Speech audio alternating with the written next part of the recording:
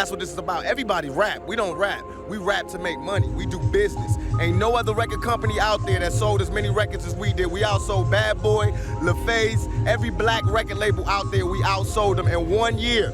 So Death Row East is gonna be a personification of what we did on the West Side. We're gonna do it to the East Side, and we're gonna prove once and for all that all these people talking about an East Coast, West Coast war, they like the Judas was to Jesus. They only here to cause confusion. We here to bring money and to bring change. They here to cause confusion. Nas dropped his new album, King's Disease 2, early this month, the follow-up to the Grammy award-winning album released last year. In the song Death Row East, Nas addresses his 90's beef with Tupac Shakur. He elaborated further on Instagram, saying, "When you've got a story as real as mine, you can't leave nothing out. King's Disease out now. R.I.P. King Tupac. Love to the Outlaws at Hit-Boy KD2."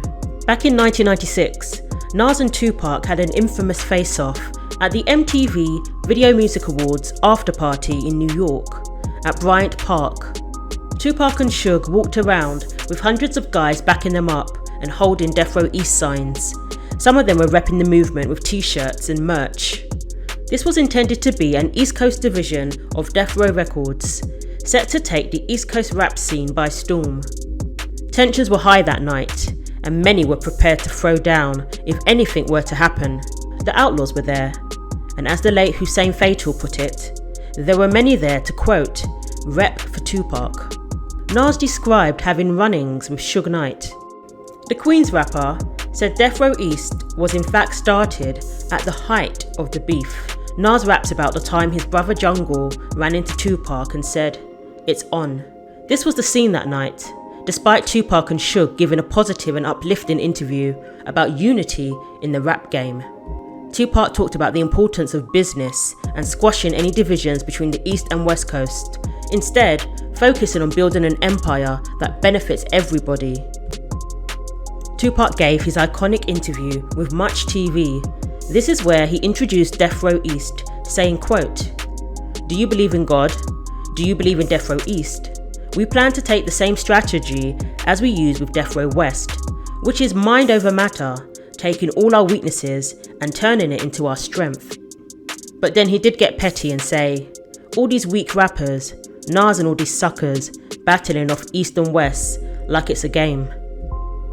Various New York artists, such as Buckshot, Smith & Wesson, Melly Mel, and Helter Skelter, to name a few, were rumoured to have joined the new label. And legendary producer DJ Eric B was set to be Death Row East's president. Nas alludes to being surprised to see so many East Coast rappers repping Death Row East, saying in the song, "Brothers I grew up with threw up their sets. Some even had them Death Row chains hang off their necks." Throughout the song he says, "I even saw their T's on some of my G's." Tupac was known as a West Coast rapper who went to war with various East Coast rappers and spearheaded the so-called East versus West Coast. But Tupac was from New York himself and usually said he had nothing but love for New York. Nas confirms that many of them had guns on them that night, saying, "Both sides was thugging, but when you're in my city, you know we're coming. Animals in the field, and most of them clutching. When you're living this rugged, that comes with repercussions." At the time, Tupac believed Nas had taken shots at him in the song The Message, and Nas was aware of Tupac's diss against him on his Machiavelli album. Seconds after the interview, Tupac and Nas would have a face-off. Napoleon Bill described what he witnessed that night in his book Life is Raw. He said, quote, "I think Pac was doing an interview when all of a sudden he just took off. I was like, where he going? Then I look over in the direction and Nas was making his way towards us. I was like, nah, Nas don't want none of this." Snoop, who was also there, recalled the night that Pac and Nas bumped into each other. In 2019, he told Andrew Martinez that, quote, "Nas didn't have a lot of people with him, but he had a lot of people with him, if you know what I'm saying. I'm seeing them with their hands on their guns." Snoop then said Nas introduced himself to Pac and told him he was a big fan of his music. But Pac wasn't impressed. According to Snoop, Nas then hugged Tupac and reassured him that he would never diss him. Then, in another interview with Angie, way back in 1996, the day after the incident, Snoop opened up and said he couldn't bring himself to play up to the cameras and diss East Coast rappers, when in real life they were actually friends who hung out together. We all used to hang out. I love Biggie and I love Pac, and both of them love me. So how I look, saying F Biggie because I'm with Pac. He said both sides were rapping about the same struggles and that everyone should just get along. This interview, according to Snoop, didn't go down well with Tupac, Suge and the other members of Death Row. He had to board a flight with them the next day, back to LA. He said none of them spoke to him on the flight. He sat in the corner by himself and even hid a knife and fork under his blanket just in case anything went down. Nas also retold the story on Hot 97 recently, and he remembers it slightly differently. It wasn't as kumbaya as Snoop originally thought. He said, quote, "Where I was coming from really wasn't an all-love place, because there was the rumour that Machiavelli was coming out, so I really wanted to check the temperature with him." On Machiavelli, the last album Tupac completed before his death, Pac disses Nas in the song Against All Odds.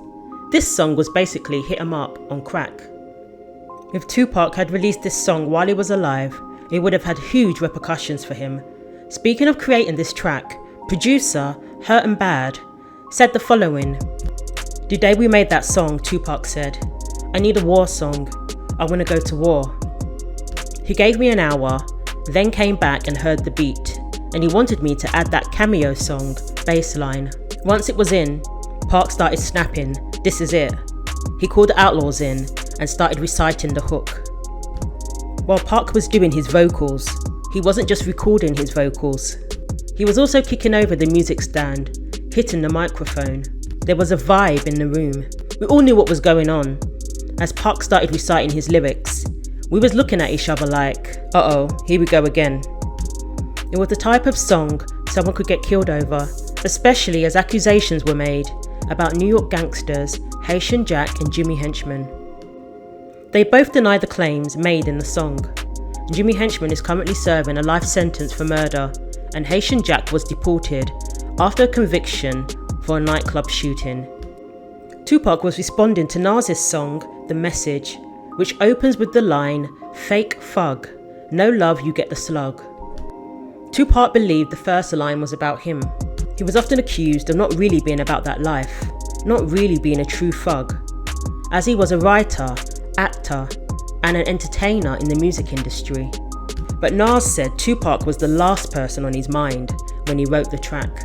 He actually admitted that it was about rappers like Jay-Z and the Notorious B.I.G. And we know that Nas and Jay-Z had a huge beef and diss tracks against each other, from which Nas' infamous Ether song was made. Now there is a song floating around on YouTube on the page that features unreleased Nas songs. One song contains a line that appears to be dissing Tupac. This is thought to have been recorded around the time of The Message, but it wasn't released, probably because the beef was squashed. They ended up resolving their conflict despite the initial tensions. Nas explained to Tupac that he wasn't dissing him in The Message, and Tupac agreed to remove the verse dissing him in the Against All Odds song. Nas said, quote, "It was necessary to address the situation. We had to step up to our business. We had a great convo. He thought I was dissing him on the song, The Message, and I heard he was dissing me at clubs. It was back and forth like, Nas, we brothers, man. We're not supposed to go through this." Suge Knight confirmed Tupac's intention to remove Nas's diss from the song, saying, "Pac wouldn't attack anyone that was real. Like I said, Pac was a man with a lot of respect." On our way back home, Pac said, "When we get to the studio, all the negative stuff I said about Nas, I'ma take him out. I'ma take him out and put somebody else who deserves that." Sadly, just a week later, Tupac got shot in Vegas, and he would die a few days later and never get a chance to remove the verse. Nas revealed he and Tupac were going to link up in Vegas while he was out there shooting the video for Street Dreams. They wanted to end the beef once and for all. Nas heard about the shooting while he was out there and awaited news of Tupac's condition like the rest of the world, hoping he would pull through. Stay tuned for more on Nas's defense of Stretch and why he felt it necessary to speak up. Who was Stretch and what was his relationship to Tupac? And how did it all go terribly wrong? Randy Stretch Walker was born in Springfield Garden, Queens, New York in 1968. His mother moved to the United States from Jamaica 2 years before his birth. Sadly, at age 13, Stretch's father passed away and his mother, who was a nurse, was left to raise him, his younger brother and his 2 sisters. Stretch towered at 6'8", and that's how he got his nickname. In the late 80s, Stretch and his younger brother Chris, aka Majesty, and DJ Kalo formed the group Live Squad. They were known for songs such as Troopin' It and We Ain't Having It. Stretch's group ended up getting signed in 1990 to Tommy Boy Records, the same label that also signed Digital Underground. Shock G introduced Stretch to Tupac the following year. Stretch appeared on Digital Underground's song Family of the Underground, the first of many collaborations with Tupac. He also featured on 2 songs from Tupac's debut album Tupacalypse Now. Stretch accompanied Tupac to the set of Juice and even made a cameo in the movie. Live Squad were dropped by Tommy Boy just a couple of years after they were signed. It is believed it was because their music was considered too violent. But they did appear on Tupac's second album. Stretch produced the tracks Holla If You Hear Me and The Streets of Death Row. Stretch and Tupac also performed together on the Arsenio Hall show in 1994 to promote Above the Rim. And you can spot Stretch in the music video for Pour Out a Little Liquor. In 1989, Stretch had a daughter who he named Manisha. Tupac became her godfather. The 2 of them were close friends, no doubt about it. Stretch was with Tupac on the night of the shooting at Quad Studios, and they were both robbed at gunpoint. Stretch's manager, Freddie Moore, was also there, and the boyfriend of Tupac's sister, Zaid. Reports say Stretch and Freddie both complied with the gunmen's commands to hand over their money and their jewellery and to get down on the ground. Tupac said he didn't comply though. In an interview with Vibe, he said, "Everybody dropped to the floor like potatoes, but I just froze up. It wasn't like I was being brave or nothing. I just could not get on the floor. They started grabbing at me to see if I was strapped. They said take off your jewels, and I wouldn't take them off. The light-skinned dude, the one that was standing outside, was on me."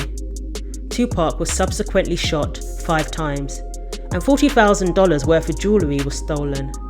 He blamed Little Cease, who called out from the 8th floor window, as well as Biggie and Diddy for the incident, believing they set him up. He soon pointed the finger at Stretch too. Tupac was suspicious of Stretch because he didn't visit him in prison. To Tupac, this was a sign of a guilty conscience. And Tupac said of the incident that night, that Stretch was a big guy, but did nothing to intervene. He said, "I'm thinking Stretch is going to fight." He was towering over those. He also questioned why they didn't do anything to Stretch, because from what he knows about fights, the biggest guy is usually taken out first, as he's the biggest threat. Stretch denied having anything to do with the shooting, pointing out that he was unarmed. What could he do to stop 2 armed assailants? Even Zaid defended Stretch. He said he doesn't believe that Stretch had anything to do with it whatsoever. Speaking of their fallout, Zaid said, "Stretch was upset about the statement he made in a magazine. I think it was either Vibe or The Source, where he was saying, 'Dudes dropped like a sack of potatoes.'" Honestly man, that kind of pissed everybody off, with Park saying that.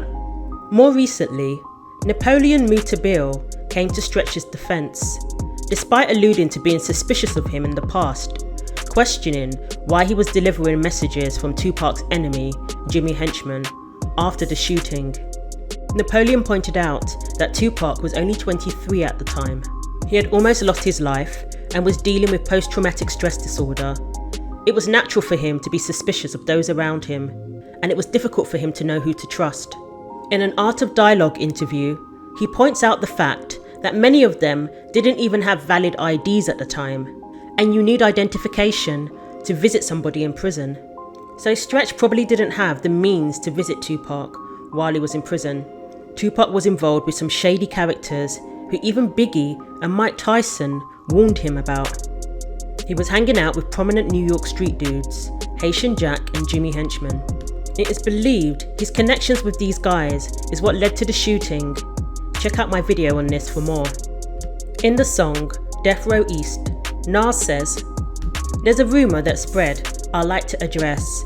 Park was never set up by Stretch, let it rest." On November the 30th, 1995, after dropping off his brother Chris at his home in Queens, Stretch proceeded to drive the short distance back to his house. Two unidentified men in a black car pulled up alongside Stretch's green 1992 Mazda while he was driving along 112th Avenue on 209th Street in Queens Village. They opened fire and Stretch sped off. A high-speed chase ensued. At approximately 12:30 a.m, the chase ended with Stretch crashing his car into a tree, hitting a parked car and flipping over. He had been shot 4 times, including twice in the back. When asked about never getting a chance to speak to Stretch before his death, Tupac said, "Ain't no words. The rules of the game are so self-explanatory." When asked if it was a hit on his behalf, Tupac denied this, saying, "Nah, know what happened? Rules of the game. What comes around, goes around. I never had any violent thoughts towards Stretch at all. I just didn't want to F with him no more. But I didn't want to kill him. He was my dog. Once you're my dog, you're my dog. He got shot just like I got shot." Nas revealed that he himself is fortunate to be alive, as he narrowly avoided being in the car with Stretch that night. In the song, A Queen's Story, from his 2012 album, Life is Good, Nas writes, "Hanging with Stretch from Live Squad. I could have died the same night that Stretch died. He dropped me off and drove to Springfield. November 30th, another Queen's King killed." Do you think Stretch had anything to do with setting Tupac up? And what do you think about the Nas and Tupac beef? Was it all a misunderstanding? If you made it this far, comment "I made it" below. And thank you for watching to the end. Thanks for watching. Share your thoughts below, like and subscribe for weekly videos, and don't forget to click the bell for more.